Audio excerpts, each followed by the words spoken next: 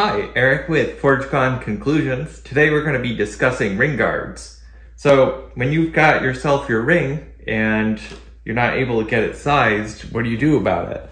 So ring guards exist so that way you can take one of these and attach it to the bottom of the ring, and that'll help you be able to wear the ring when it's slightly oversized. All right, so we have our ring guards here. These are made of plastic, so that's one option. It's got a split here, and there's more like a corkscrew spiral. And then these are gold-filled options, so they come in white or yellow.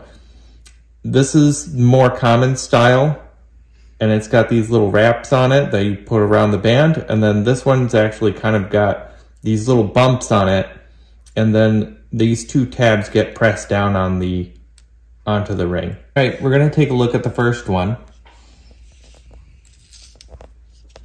So this is our ring here. It's 3 millimeters, and this is designed for a 3 millimeter ring. It's got a curve that kind of goes along with the ring, and it literally just goes on here. You just line it up in the spot that you want to put it. You can see it's pretty close. And then this is where we're gonna end up using pliers. So you could use regular common pliers,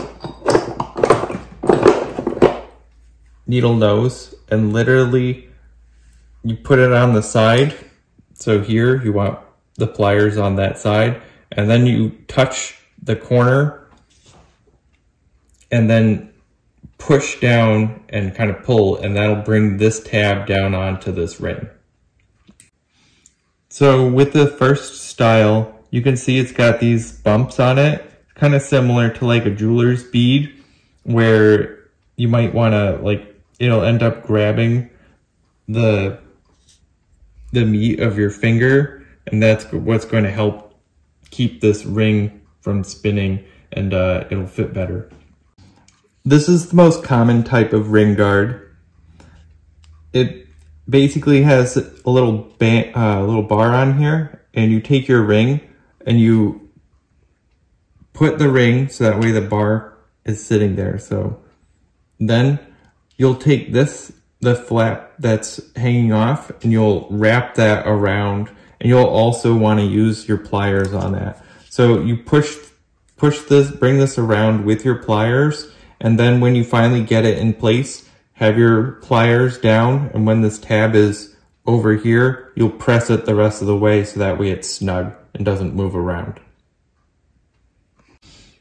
You could see with this style, this most common, you can see that this gap is being, this is being removed. So it's kind of like cinching up the circle and reducing the circle's overall circumference.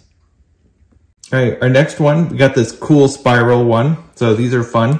So this was actually way longer. So it was originally that long. So you just cut it so that way you get it to where you need it. And literally, because it's a corkscrew, it wraps around the ring. So go around 4 times, and then you're basically on there. This is the last kind. It's a cylinder with a split in it. It's also the same material, and you'll widen it up where the seam is and then wrap it around the ring. So you can see that because they're clear, it's gonna style the ring differently, but these are by far the easiest to put on. You don't need any special tools, which is an advantage. All right, well, thanks for exploring ring guards with me. I hope you learned something. So this is Eric, ForgeCon Conclusions. Like, subscribe, comment, and follow us. Any support would help, and yeah, we'll catch you next time.